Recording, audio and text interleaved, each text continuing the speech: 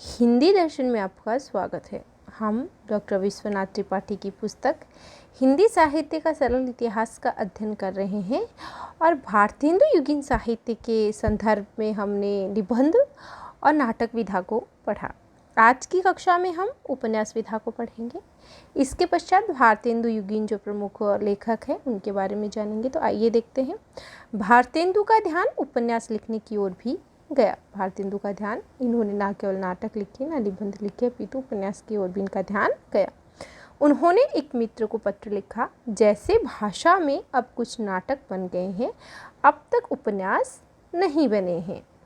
आप या हमारे पत्र के योग्य सहकारी संपादक जैसे बाबू काशीनाथ व गोस्वामी राधाचरण जी कोई भी उपन्यास लिखे तो उत्तम होगा।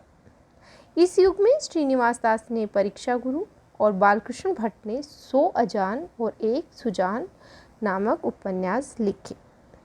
इसी युग की बात हम कर रहे हैं। कौन से की? भारतेंदु युग की। दोनों कृतियां मूलतः नीतिपरक उपदेशात्मक हैं। अब आपसे पूछा जा सकता है कि परीक्षा गुरु और 1 अजान 100 अजान 1 सुजान जो उपन्यास है उनका जो विषय है वह क्या है? नीतिपरक और उपदेशात्मक इनका विषय रहा है। भट्ट जी की रचना यथार्थ चित्रण और व्यंग्य विनोद से भरपूर है। भट्ट जी गद्य के बीच संस्कृत के श्लोक और उर्दू के चलते शेर खूब डाल देते हैं। राधाकृष्ण दास ने निसहाय हिंदू नामक उपन्यास लिखा, जिसका नाम यद्यपि निसहाय हिंदू है, लेकिन उपन्यास में हिंदू मुसलमान मित्रता दिखाई गई है।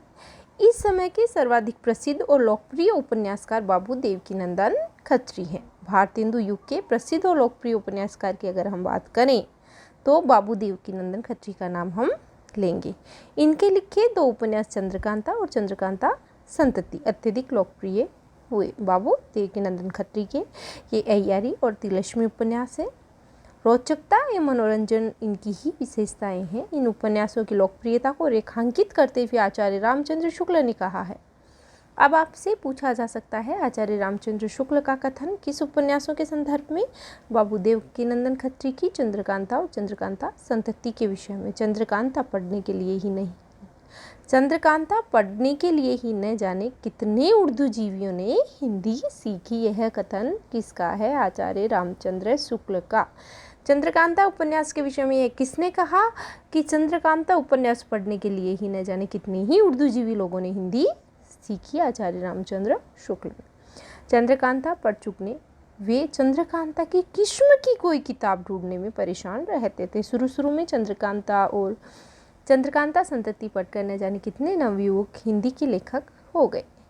चंद्रकांता पढ़कर वे हिंदी और प्रकार की साहित्यिक पुस्तकें भी पढ़ चले और अभ्यास हो जाने पर कुछ लिखने भी लगे। पंडित किशोरीलाल गोस्वामी ने इस काल में अनेक उपन्यास लिखे। आदर्श रमणी और लवंगलता किसके उपन्यास हैं? आदर्श रमणी और लवंगलता किशोरीलाल गोस्वामी के उनके प्रमुख उपन्यास हैं। उन्होंने 20वीं सदी के प्रथम दशक में अनेक उपन्यास लिखे। अब हम बात करेंगे कहानी विधा के संदर्भ में।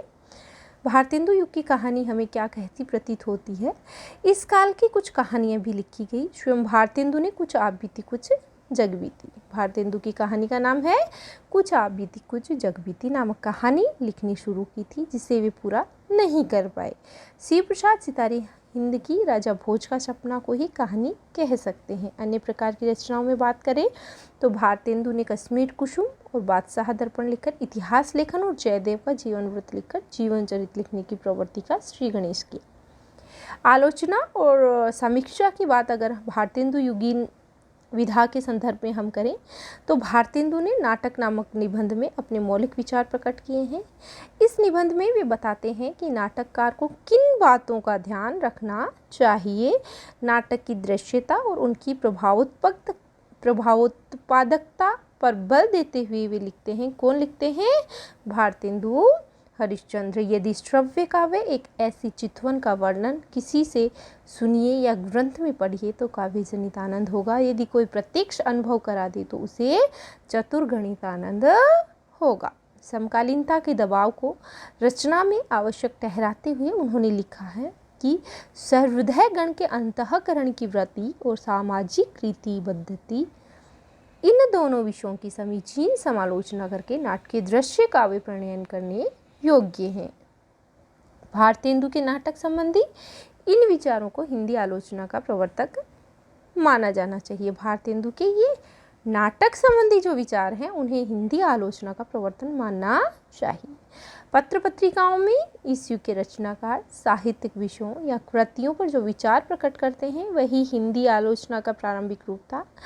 इस युग में पुस्तक समीक्षा के क्षेत्र में एक ऐतिहासिक विवाद श्रीनिवास दास के संयोगिता स्वयंवर को लेकर हुआ। प्रेमघन जी ने संयोगिता स्वयंवर की समीक्षा अपनी पत्रिका आनंद कादम्बिनी में की थी। पंडित बालकृष्ण भट्ट ने अपनी समीक्षा हिंदी प्रदीप में की। उनकी समीक्षा का शीर्षक या सच्ची समालोचना।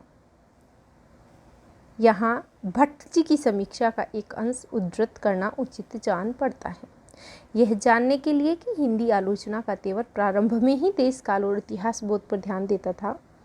क्या केवल किसी पुराने समय के ऐतिहासिक पुनरावृत्त की छाया लेकर नाटक लिख डालने से ही यह ऐतिहासिक हो गया? क्या किसी विख्यात राजा या रानी के आने से ही वह ऐतिहासिक हो जाएगा?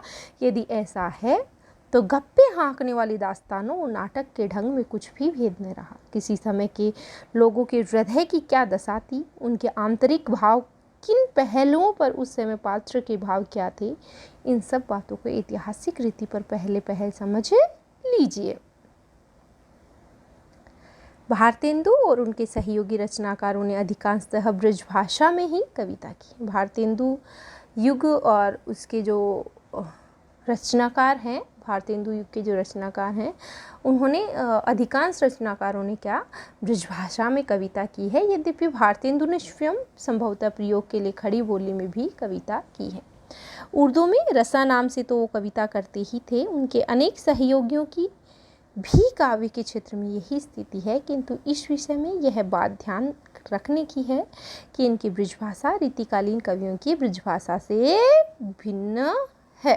अर्थात भारतेंदु युगीन जो रचनाकार हैं उनकी ब्रजभाषा में और रीतिकालीन कवियों की ब्रजभाषा में काफ़ी भिन्नता हमें देखने को मिलती है। इनकी ब्रजभाषा पर वैचारिकता और गद्यात्मकता का दबाव है। इनकी ब्रजभाषा पर, भारतेंदु युग के रचनाकारों की ब्रजभाषा पर वैचारिकता और गद्यात्मकता का दबाव है। इसका वाक्य गठन खड़ी बोली के वाक्य गठन से ढला है। भारतेंदु ने भक्ति और काव्य रीति दोनों परंपराओं में कविताएं की हैं। भारतेंदु युग में जीवन की समस्याएं कविता का विषय बन गई हैं। इस युग की कविता में अखबारीपन भी देखा जा सकता है। इस युग की कविता में एक और क्या विशेषता देखी जा सकती है? अखबारीपन। दादा भाई नौरोजी को काला कहे जाने पर प्रेमघन ने लिखा था, क्या अचरज होद तुमसु हम गोरे बाजत कारे तासो कारे कारे शब्द हो पर वे हैं वारे। भारतेंदु जी ने आर्थिक सामाजिक दुर्दशा की ओर भी लोगों का ध्यान खींचा और लिखा, अंग्रेज राज सुख साज सजे सब भारी पे धन विदेश चली जात यह थी ख्वारी। यहाँ आप प्रथम पंक्ति और द्वितीय पंक्ति में परस्पर विरोध देख सकते हैं। धन विदेश चली जात अपने आप में एक सपाट वक्तव्य है, क्या कि धन विदेश चली जात, किंतु सर्वहृदय श्रोता के चित्त में यह साम्राज्यवादी लूट, ढाका के जुलाहों के दमन, अकाल भूखमरी आदि का बिंब उदित करेगा। इन पंक्तियों की मार्मिकता इन्हीं बिंबों में है जिन्हें इन सब का बोध नहीं है। वे ऐसी पंक्तियों को आज भी नीरस कहते समझते हैं। प्रताप नारायण मिश्र की कविता में एक शोभ का स्वर आर्थिक है। प्रताप नारायण मिश्र की जो कविताएं हैं उनमें शोभ का जो स्वर है वह क्या है? सामाजिक, आर्थिक, राजनीतिक या सांस्कृतिक। ऑप्शन देके आपसे पूछा जा सकता है कि प्रताप नारायण मिश्र की कविता का शोभ का स्वर आर्थिक है। व्यंग्य में वे कुशल हैं। सर्वस्व लिए जात अंग्रेज हम केवल लेक्चर को तेज, श्रम बिन बातें का करती है कटु, टटकन गाजे टरती है। इस काल के कवियों का ध्यान भाषा समस्या की ओर भी गया। जातीय चेतना के रूप में भाषा समस्या की ओर कवि का ध्यान जाना अभूतपूर्व बात थी। भारतेंदु ने लिखा, निज भाषा उन्नति है सब उन्नति को मूल, बिनु निज भाषा ज्ञान के मिटत नहीं को शूल। भारतेंदु की प्रकृतिपरक कविताओं में भी देश की दुर्दशा और भविष्य के स्वप्न के विचार आ जाते हैं। इस प्रकार उनके यहाँ पुराने विषय, नया बोध और नए संदर्भ जगाते हैं। यह बात प्रातः समीरण जैसी कविताओं में देखी जा सकती है। इस युग की कविता लोक प्रचलित काव्य रूपों को अभिव्यक्ति का माध्यम बनाती हैं। भारतेंदु ने खुसरो जैसी पहेलियाँ और मुकरियाँ लिखी हैं। प्रताप नारायण मिश्र ने लावनी और आहला लिखा है। इस काल की काव्य भाषा की गद्यात्मकता की बात पहले की जा चुकी है, अर्थात काव्य भाषा की जो गद्यात्मकता है उसकी बात हम कर चुके हैं। नए भावबोध की अभिव्यक्ति करने वाली कविताओं की भाषा अनगढ़ है। उसमें रीति काव्य की भाषा जैसा प्रवाह नहीं है। इसमें तत्सम और देशी शब्दों का प्रयोग बढ़ गया है। भारतेंदु और उनके मंडल के कवि कविता से गद्य का काम ले रहे हैं। भारतेंदु ने एक पूरा भाषण दोहों में लिखा था। वस्तुतः यह इस बात का द्योतक है कि काव्य भाषा के लिए खड़ी बोली की आवश्यकता का अनुभव किया जाने लगा। अब हम बात करेंगे भारतेंदु युग के प्रमुख रचनाकारों के संदर्भ में, जिनमें सबसे महत्वपूर्ण है भारतेंदु हरिश्चंद्र। भारतेंदु हरिश्चंद्र से संबंधित कुछ तथ्य हम देख चुके हैं। इनसे महत्वपूर्ण इनकी जो रचनाएं हैं, इनके जो अनुदित नाटक हैं, मौलिक नाटक हैं, इनको ध्यान में रखना है। आपको ध्यान में रखना है भारतेंदु हरिश्चंद्र से संबंधित कुछ बातें, जिनमें कि जैसे ये हिंदी गद्य साहित्य के जन्मदाता माने जाते हैं। इनके द्वारा हिंदी लेखकों की समस्याओं का समाधान करने के लिए, या यूँ कहें समस्या पूर्ति के लिए, कविता वर्धनी सभा की स्थापना की। इनके द्वारा 1873 ईस्वी में तदीय समाज की स्थापना की गई। इन्होंने हिंदी साहित्य के सर्वप्रथम अभिनीत नाटक जानकी मंगल, जिसके लेखक कौन है, शीतला प्रसाद त्रिपाठी, में लक्ष्मण पात्र की भूमिका इन्होंने निभाई थी। और ये रसा उपनाम से लेखन कार्य किया करते थे। इन्होंने वल्लभाचार्य द्वारा प्रवर्तित जो पुष्टि मार्ग है उसमें दीक्षा ग्रहण की थी। मातृभाषा या राष्ट्रभाषा की प्रशंसा करते हुए अभी हमने पढ़ा था इनकी जो पंक्ति है, निज भाषा उन्नति है, ये कई बार परीक्षाओं में पूछा जाता है किसकी पंक्ति है। ये 11 वर्ष की अल्पायु में कविता लिखने लगे थे और 15 वर्ष की आयु में अपने परिवार के साथ जगन्नाथ जी चले गए थे। उसी यात्रा में उनका परिचय बांग्ला साहित्य की नवीन प्रवृत्तियों से हुआ था। अपनी अति उदारता के कारण ही वे अपने पूर्वजों की संपत्ति लुटाकर दरिद्र हो गए थे। जीवन के अंतिम दिनों तक वे साहित्यकारों, कवियों और दीन दुखियों की सहायता किया करते थे। इनकी कालचक्र रचना के अनुसार हिंदी 1873 में नई चाल में ढली, कई बार परीक्षाओं में पूछा जाता है। आचार्य रामचंद्र शुक्ल के अनुसार केवल नर प्रकृति के कवि माने गए हैं ये। इनमें बाह्य प्रकृति की अनुरूपता के साथ उनके हृदय का सामंजस्य नहीं पाया जाता है। और इन्होंने खुसरो जैसी पहेलियाँ और मुकरियाँ भी लिखी हैं भारतेंदु युग में। तो आइए देखते हैं भारतेंदु हरिश्चंद्र से संबंधित तथ्य। भारतेंदु हरिश्चंद्र का जन्म 1850 ईस्वी में हुआ और इनकी मृत्यु 1885 ईस्वी में हुआ। इतनी अल्प आयु में ही उन्होंने साहित्य की इतनी बड़ी सेवा की। उनकी रचनाओं की संख्या बड़ी है। उन्होंने साहित्य की विविध विधाओं को समृद्ध किया, अनेक विधाओं का प्रवर्तन किया। वे हिंदी साहित्य में आधुनिक युग के प्रवर्तक माने जाते हैं, या गद्य साहित्य के जन्मदाता भी इन्हीं को कहते हैं, और हिंदी साहित्य में आधुनिक युग के प्रवर्तक भी इन्हीं को माना जाता है। यह तो आप देख चुके हैं कि 18 वर्ष की आयु में उन्होंने बांग्ला में विद्यासुंदर नाटक हिंदी में अनुवाद किया था। इसी समय 1868 ईस्वी में उन्होंने कवि वचन सुधा नामक पत्रिका निकाली थी। इनकी तीनों पत्रिकाओं के नाम भी आप अच्छे से ध्यान रखेंगे। कवि वचन सुधा, हरिश्चंद्र चंद्रिका और बाला बोधिनी। कवि वचन सुधा 1868 ईस्वी में, हरिश्चंद्र चंद्रिका जिसका नाम बाद में क्या हो गया था, पहले ये हरिश्चंद्र मैगजीन के नाम से प्रकाशित हुई थी और बाद में इसका नाम 90 अंक में हरिश्चंद्र चंद्रिका कर दिया था। और बाला बोधिनी पत्रिका जो स्त्री शिक्षा से संबंधित पत्रिका है, इनकी प्रमुख पत्रिकाएं हैं।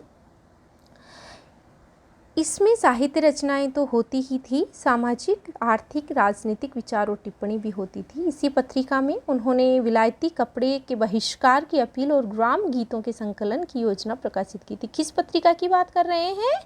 कवि वचन सुधा की। प्रश्न बनाकर आपसे पूछा जा सकता है कि कौन सी पत्रिका में भारतेंदु हरिश्चंद्र विलायती कपड़ों के बहिष्कार की अपील और ग्राम गीतों के संकलन की योजना की बात करते हैं? कवि वचन सुधा में। बहुत महत्वपूर्ण प्रश्न बनाकर पूछा जा सकता है। 1873 में उन्होंने हरिश्चंद्र मैगजीन नामक मासिक पत्रिका निकाली। इस पत्रिका का प्रकाशन कितना महत्वपूर्ण है यह इसी से समझा जा सकता है कि स्वयं भारतेंदु के अनुसार हिंदी नई चाल में ढली। बाद में इस पत्रिका का नाम उन्होंने हरिश्चंद्र चंद्रिका कर दिया। तो हिंदी नई चाल में ढली ये किस पत्रिका से संबंधित है? हरिश्चंद्र मैगजीन से। और यह बात उन्होंने कब की? कालचक्र में ये बात की 1873 ईस्वी में कि हिंदी नई चाल में ढली। 1874 ईस्वी में स्त्री शिक्षा के लिए बालबोधिनी नामक पत्रिका निकाली। भारतेंदु ने सबसे अधिक संख्या में नाटक लिखे और अनुवाद भी किया। उनके मौलिक नाटक इस प्रकार हैं।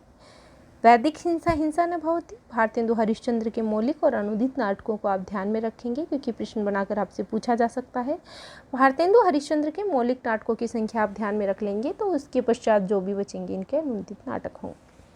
वैदिक हिंसा हिंसा न भवति, चंद्रावली, विशिष्य विषमोषधम, भारत दुर्दशा, नीलदेवी, अंधेर नगरी, प्रेम जोगिनी और सती प्रताप, ये इनके मौलिक नाटक हैं। अनुदित नाटकों में विद्या सुंदर, पाखंड विडंबना, धनंजय विजय, कपूर मंजरी, मुद्रा राक्षस, सत्य हरिश्चंद्र और भारत जननी प्रमुख नाटक हैं। वैदिक हिंसा हिंसा न भवति जो इनका नाटक है ये एक प्रहसन है 1873 ईस्वी में और इसमें पशु बलि प्रथा का विरोध किया गया है। इसके पश्चात जो चंद्रावली इनकी नाटिका है इसमें प्रेम भक्ति का आदर्श प्रस्तुत किया गया है। विशेष विषमोषधम में देसी राजाओं का कुचक्रपूर्ण परिस्थिति दिखाने के लिए जो रचा गया ये नाटक है, एक भाण है जिसका इसमें वर्णन किया गया है।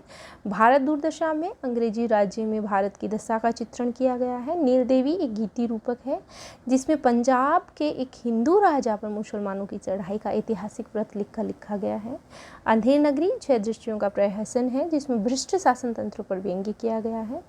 और प्रेम जोगिनी तीर्थ स्थानों पर होने वाले कुकृत्यों का चित्रण करता है। और सती प्रताप इनका अधूरा नाटक माना जाता है। इस नाटक के बाद में राधाकृष्ण दास ने इसे पूरा किया था और यह एक गीति रूपक है। इन सभी तथ्यों को ध्यान में रखेंगे। बादशाह दर्पण और कश्मीर कुसुम उनके इतिहास ग्रंथ हैं। कुछ आप बीती कुछ जग बीती इनकी कहानी है। कविताओं आदि का उल्लेख पहले हो चुका है। भारतेंदु ने यात्रा वर्णन भी लिखा है। उन्होंने सुदूर देहाती क्षेत्रों की यात्रा बैलगाड़ी से की है। कहा जाता है 1865 ईस्वी में उन्होंने जगन्नाथपुरी की जो यात्रा की उसका उनके जीवन पर बहुत गहरा प्रभाव पड़ा और उनका परिचय बंगाल के एक नए साहित्यिक आंदोलन से भी हुआ। भारतेंदु हरिश्चंद्र अत्यंत जीवंत एवं मित्रपरायण व्यक्ति थे। उनकी जिंदादिली की कहानियाँ साहित्य के क्षेत्र में ही विदित नहीं हैं। अनेक कहानियाँ काशी के लोक जीवन में भी प्रचलित हैं। उन्होंने अपने जैसे समान धर्म साहित्यिक पत्र एकत्र किए हैं, उन्हें प्रोत्साहित किया और उनकी रचनाएं छापी। इसलिए भारतेंदु युग में एक भारतेंदु मंडल भी था। भारतेंदु हरिश्चंद्र काशी के अत्यंत समृद्ध परिवार में उत्पन्न हुए थे। कहा जाता है कि स्वयं काशी नरेश इनके यहाँ आया करते थे। उनका जीवन राजसी वैभव का था किंतु भारतेंदु ने धन का सदैव उपेक्षा की। वे महान दानी थे। उनका अंतिम समय अभावग्रस्त था। भारतेंदु महान साहित्यकार ही नहीं थे, महान मानव भी थे। भारतेंदु हरिश्चंद्र राष्ट्रीय विचारों के देशप्रेमी व्यक्ति थे। उनका साहित्य साम्राज्यवाद का विरोध करता है, देश की विषमता का चित्रण करता है, उनकी पीड़ा व्यक्त करता है और उस विषमता को दूर करने की प्रेरणा देता है भारतेंदु जी का साहित्य। भारतेंदु के साहित्य में भक्ति, रीति और आधुनिक धाराएं हैं किंतु उनका ऐतिहासिक महत्व आधुनिक साहित्य के प्रवर्तन के रूप में है क्योंकि नए बोध पर आधारित यह धारा ही विकासशील थी। इन्हीं गुणों के कारण आधुनिक साहित्य के प्रारंभिक दौर को भारतेंदु युग कहा जाता है। प्रवर्ती हिंदी साहित्य का विकास जिस जिस दिशा में हुआ उस पर सबसे पहले भारतेंदु और उनके सहयोगी रचनाकार चले हैं। बात करते हैं प्रताप नारायण मिश्र की। इनका जो जन्म स्थान है वह बेजगांव जिला उन्नाव है और बाद में इनका परिवार कानपुर जाकर बस गया था। अगर बात करें प्रताप नारायण मिश्र की तो ये 48 वर्ष की आयु इनको मिली थी और वे अत्यंत विनोदी जीव थे। ब्राह्मण नामक पत्रिका ये निकालते थे। उनका मनमोजीपन उनकी रचनाओं में विशेषतः निबंधों में दिखाई पड़ता है। उन्होंने कुछ निबंध गंभीर ढंग से भी लिखे हैं। उन्होंने कलिकोत्तकम, रूपक, संगीत शाकुंतलम, भारत दुर्दशा, हमीरहट, गोसंकट, कलि प्रभाव, जुआरी खुआरी नाटक लिखे हैं। उन्होंने दैनिक जीवन की घटनाओं पर और नए फैशन पर अनेक कविताएं भी लिखी हैं। उनकी कविताओं का महत्वपूर्ण अंश वह है जिसमें उन्होंने आर्थिक, सामाजिक, राजनीतिक समस्याओं का नए बोध के साथ चित्रण किया है। कविताओं में आल्हा, लावनी और जैसी लोक प्रचलित काव्य शैलियों का भी इन्होंने उपयोग किया है। इनकी प्रमुख रचनाओं में मन की लहर, श्रृंगार विलास, बुढ़ापा, दीवाने, नवरात्र के पद और प्रताप लहरी प्रमुख रचनाएं हैं। प्रताप नारायण मिश्र की अगर हम बात करें तो ब्राह्मण पत्रिका को आप याद रखेंगे, मासिक पत्रिका थी, कानपुर से निकलती थी। 1883 ईस्वी में इसका संपादन कार्य इन्होंने किया था। इनकी अपनी हरगंगा कविता के कारण इनको सर्वाधिक प्रसिद्धि मिली है और ब्राह्मण पत्रिका के ग्राहकों से चंदा मांगते मांगते जब ये थक जाया करते थे, यह प्रश्न भी पूछा गया है जब इन्हें कभी इन शब्दों की याचना भी करनी पड़ती थी कि 8 मास भी जे जजमान अब तो करो दक्षिणा दान। किस पत्रिका की बात यहाँ कर रहे हैं? प्रताप नारायण की ब्राह्मण पत्रिका की। प्रताप लहरी इनके द्वारा रचित प्रतिनिधि कविताओं का संकलन है। लावनी और आल्हा जैसी लोक प्रचलित शैलियों को अपने काव्य में प्रयोग में किया है। आचार्य रामचंद्र शुक्ल ने इन्हें हिंदी का एडिशन कहा है। कई बार परीक्षा में पूछा गया है हिंदी का एडिशन किसने कहा? तो रामचंद्र शुक्ल ने कहा है प्रताप नारायण मिश्र को। आगे देखते हैं हम बालकृष्ण भट्ट के संदर्भ में। बालकृष्ण भट्ट हिंदी प्रदीप नामक पत्र निकालते थे। वे निबंधकार, समीक्षक और नाटककार थे। उन्होंने कलिराज की सभा, रेल का विकट खेल, बाल विहार, चंद्रसेन आदि नाटकों की रचना की है। भट्ट जी ने कुछ बांग्ला नाटकों का हिंदी में अनुवाद भी किया है। बालकृष्ण भट्ट का जन्म अभी 1844 ईस्वी में बालकृष्ण भट्ट का जन्म हुआ है। इनके द्वारा 1877 ईस्वी में हिंदी प्रदीप नामक एक मासिक पत्र निकाला था जो इलाहाबाद से निकलता था। इन्होंने प्रेम पुंज नामक एक पत्रिका का संपादन भी कार्य किया है। ये भारतेंदु मंडल के सबसे वरिष्ठ कवि या लेखक माने जाते हैं। अगर भारतेंदु युग के सबसे वरिष्ठ कवि या लेखक की बात करेंगे तो बालकृष्ण भट्ट का नाम आता है। इनके हिंदी प्रदीप पत्र के मुख्य पृष्ठ पर यह वाक्य लिखा रहता था। दोनों ही पत्रों की बात आप ये ध्यान रखेंगे। प्रताप नारायण मिश्र के बारे में अभी हमने बात की कि जब ये ब्राह्मण पत्रिका में ग्राहकों से चंदा मांगते मांगते थक जाते थे तो कौन से शब्दों से याचना किया करते थे? 8 मास भी जे जजमान अब तो करो दक्षिणा दान। ठीक उसी प्रकार बालकृष्ण भट्ट के हिंदी प्रदीप के मुख्य पृष्ठ पर क्या लिखा था? शुभ सरस देश स्नेह पूरित प्रकट हवे आनंद भरे। इन्होंने अपनी रचनाओं में मुहावरेदार भाषा का सर्वाधिक प्रयोग किया है और इन्होंने साहित्य को जनसमूह के हृदय का विकास कहकर पुकारा है। प्रश्न बार बार पूछा जाता है परीक्षा में कि किसने साहित्य को जनसमूह के हृदय का विकास कहा है? बालकृष्ण भट्ट ने। आचार्य हजारी प्रसाद द्विवेदी के अनुसार ये तीखी और झंझना देने वाली भाषा में खरी खरी सुना देने वाले कवि हैं। आगे हम बात करते हैं उपाध्याय बद्रीनारायण चौधरी प्रेमघन की।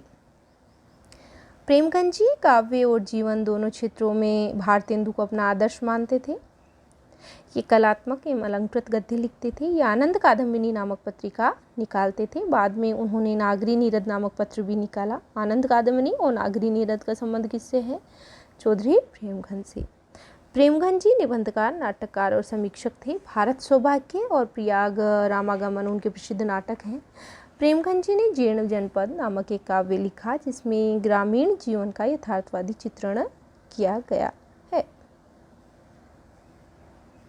तो ध्यान रखेंगे बद्रीनारायण चौधरी प्रेमघन से संबंधित प्रमुख तथ्य। इनका जन्म स्थान मिर्ज़ापुर है और मिर्ज़ापुर में एक संपन्न ब्राह्मण परिवार में इनका जन्म हुआ।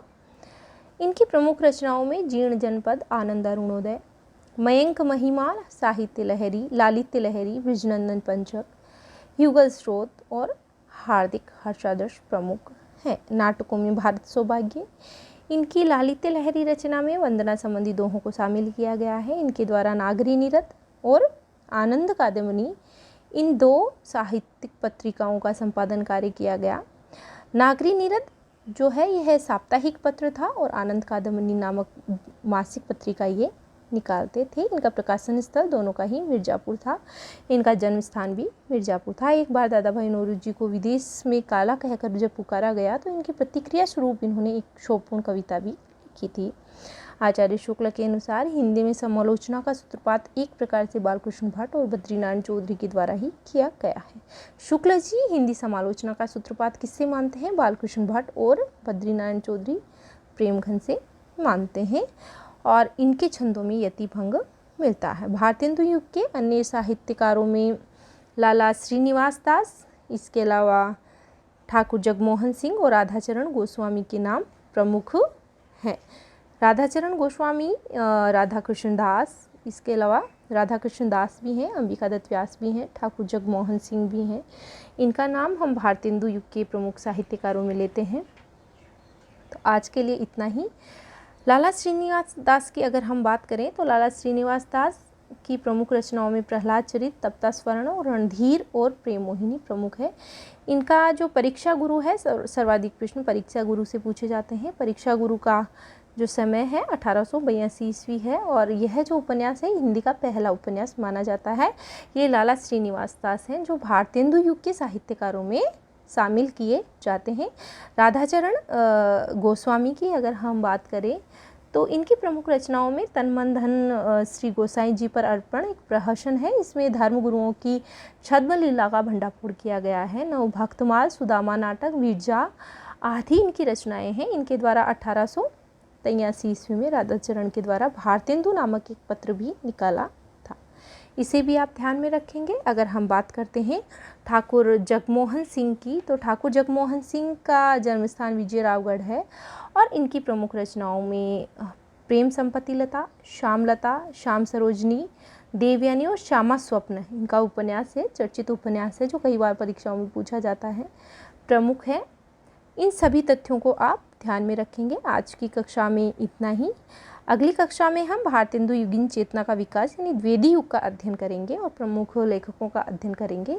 धन्यवाद।